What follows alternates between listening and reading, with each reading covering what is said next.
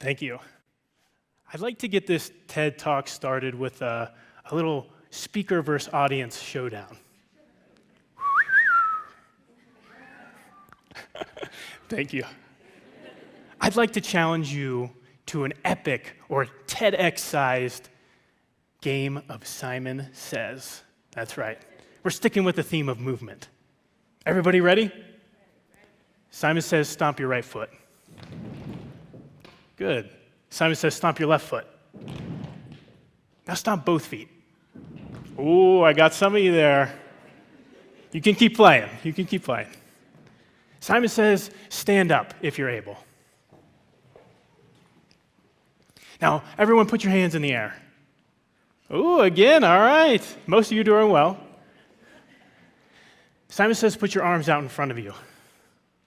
Now wiggle your fingers. Okay, now we're getting it. Now we're getting it. Simon says, clap your hands 3 times. Great. Game over. Simon says game over. You can return to your seats. Now, you might be wondering why on earth I would start a TED Talk with Simon Says. And it's for 2 reasons, really. The first is so that when my family calls me later tonight and they say, hey, how'd that TED Talk go?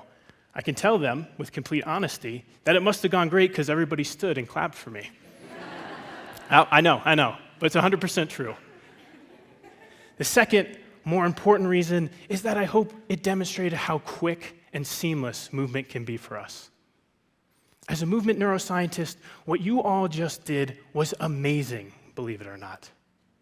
When I said clap, your brain took those 4 little letters, C-L-A-P, and turned it into an organized symphony of muscle activity. Right? I mean, your shoulders, your biceps, your whole arms had to be coordinated in time and in space so that your hands could meet in front of your body and make that sound. Much to my pleasure. Thank you very much. And most of you did this without even having to think about it, without having to think about any of those movements. They kind of just happened, right? Almost instantaneously. Movement is so important to us. It helps us do daily activities like brushing our teeth or driving to school or to work. They can help define who we are, whether through dance or sport, or smaller, finer movements like carefully chopping up an onion to cook with, or maybe even moving our fingers to play the piano. They can help us do the most cherished things in life, like hiking up a mountain to see a beautiful vista, or even just doing activities with the ones that we love. We depend on movement so much, which is why neurological conditions that impair movement can be so devastating. When movement goes from effortless to effortful, individuals not only have their daily lives impacted, but they can have their identities reshaped, and they can miss out on those important life moments. One such neurological condition, and the focus of my research, is known as multiple sclerosis, or MS. MS is a chronic, debilitating neurodegenerative disease that results from damage to our brain and spinal cord.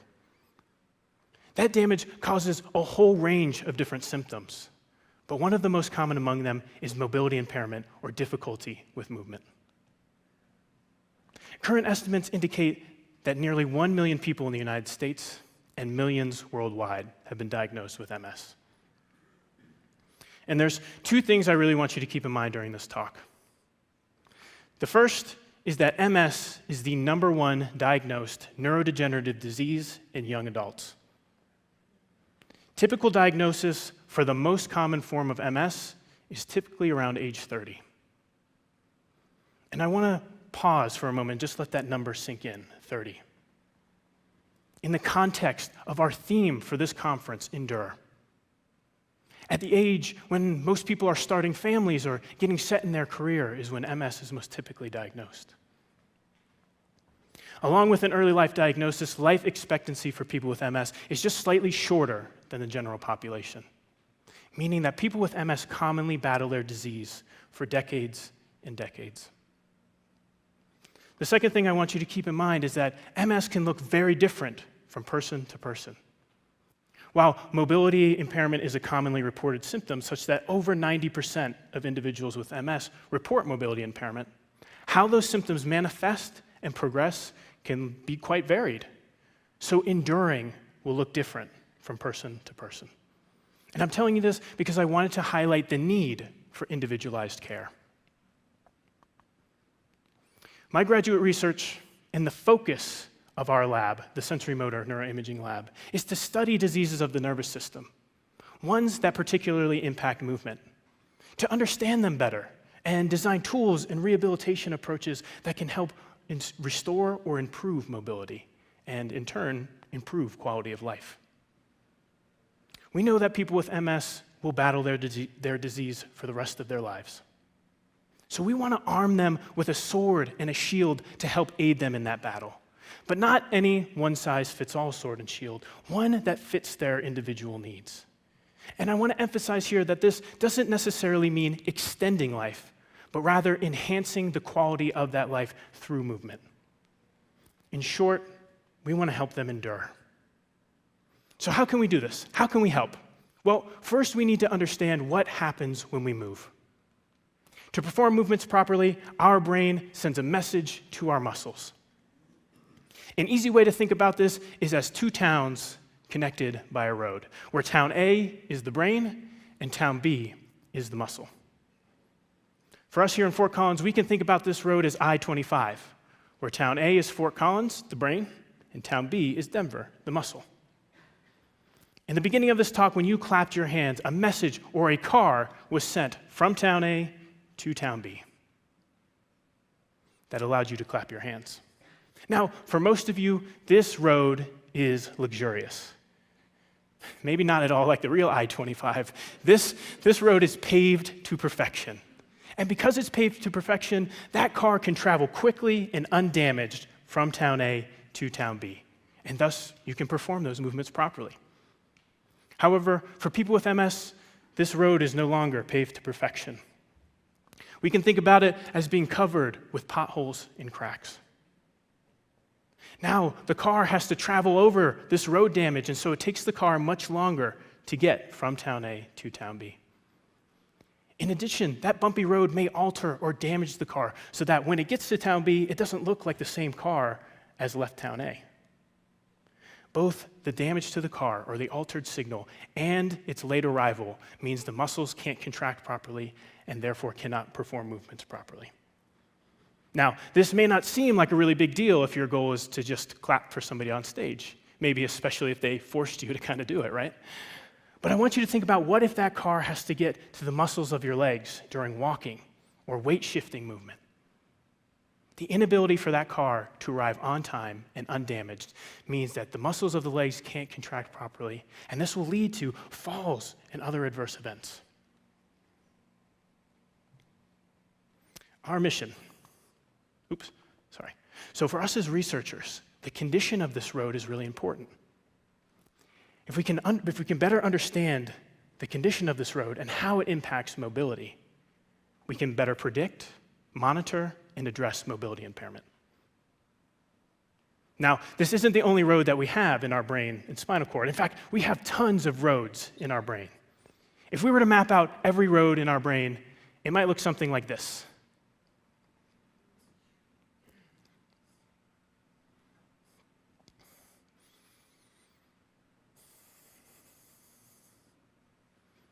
Pretty wicked, right? You can think of each one of those little spaghetti strands as a lane leading to a superhighway in the brain. And those superhighways allow for cars to zip back and forth across the brain, letting us do all kinds of different functions. By tracking each one of these spaghetti strands, we can identify and analyze these superhighways.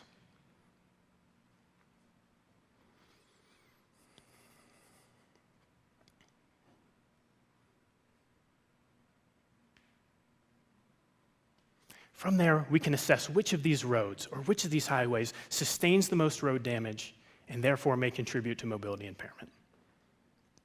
Now, the road that I'm showing you right now is just a piece of the largest highway that we have in the brain, known as the corpus callosum. And it helps connect the brain's two hemispheres, or both sides of the brain. studies from our lab have found a correlation between the amount of road damage in this particular road and the ability for people with MS to coordinate their two legs during walking and turning movements. Specifically, what we see is a negative correlation, such that the more road damage that we see in this particular road, the harder it is to coordinate those two legs. And the less amount of road damage, we see more typical coordination in the lower limbs. What this means is that communication between the two sides of the brain during movement might be impaired in people with MS, thus leading to mobility impairment. These findings not only highlight this particular road as an area for intervention, but could also be used as a key biomarker or indicator that impairment exists before we can even visually detect that somebody has coordination deficits. This would lead to faster implementation of individualized neurorehabilitation and hopefully in turn slow down or prevent the progression of mobility impairment. With rehab in mind and sticking to our road theme, I'm going to quickly switch gears to talk about some of the rehabilitation approaches we've been testing in our lab. I've told you that people with MS struggle to coordinate their lower limbs during walking. This usually manifests because one leg takes a shorter step and the other leg takes a longer step, making a very asymmetric walking pattern. So our lab had the question, is it possible to retrain the brain to walk more symmetrically? To test this, we used a specialized piece of equipment known as a split-belt treadmill. A split-belt treadmill looks exactly like a regular treadmill, except where a regular treadmill has one belt or one walking surface, a split belt is cut into two. Very well named. So there's two walking surfaces, or two belts, one for each leg. And having two belts allows us to manipulate the speed of each belt so we can make one go slow and one go fast. Using the split belts, we placed people with MS on the treadmill so that their leg that initially had the shorter step was placed on the faster belt, encouraging the brain to move that leg faster and further so that over time they might adapt a new walking pattern. What we found is that individuals who had an asymmetric walking pattern before training on the split belt treadmill actually adapted and became more symmetrical for a period of time after split belt treadmill training, which is great. And what's really interesting is the way that these individuals adapted was different. Some took a longer step on the faster belt, just as we predicted. Others maybe just sped up that leg or even took a shorter step on the slower belt. Now, I want to emphasize that all of these solutions led to more symmetrical walking, which is great. We think this will help reduce falls. But how to predict who will adapt and in what way is still the subject of ongoing research in our lab. Lastly, in conjunction with our walking adaptation research, we're also exploring whether we can use auxiliary roads to help with mobility. In the beginning of this talk, we saw that road damage impacted how cars got to their destination. And like any parent who has been stuck in traffic during a family vacation, we naturally thought, what about the side roads? Right? For us here in Fort Collins, we know that if I-25 is jammed up, we always have the option of taking 85 or 287 down to Denver. So we thought, is this true in MS as well? And our preliminary evidence suggests that while these side roads may have potholes as well, it could be that by training the brain to use the main road and the side road more effectively, we could get more cars through to the muscle. Did my cars already go? No? Come on, cars. There they are. So that's the goal. Can we get more cars through to the muscle? To wrap up, I'm thrilled that I've been able to share some of our promising research projects with you. And hopefully I've planted enough teasers that maybe you'll want to keep up with our progress in the future. But I want to get us back to the mission of our lab and the call to action I hope this TED Talk serves as. People with MS are typically diagnosed young. And because of that, they commonly battle or endure their disease for decades. And while strong efforts have and continue to be made to identify pharmaceuticals that can cure or prevent MS from ever being a human disease ever again, equally strong efforts need to be made to improve the quality of life for those with MS who will battle day to day and battle for the rest of their lives, those who may not see the benefits of that pill by the time we find it. We believe that through better understanding of neural pathways and improved, individualized rehabilitation approaches, we can help those with MS regain their independence, recapture their identities, and ensure they never miss out on those important life moments. Enduring is about support. Enduring is about community. Enduring is about resilience. But it's also about innovation. It's about breaking through that cloud of unknown to find answers to unsolved questions. It's about discovering tools that not only help people endure, but one day help them thrive. Our lab looks to answer these questions and uncover these tools to pave the way for a better tomorrow for people with MS. Thank you.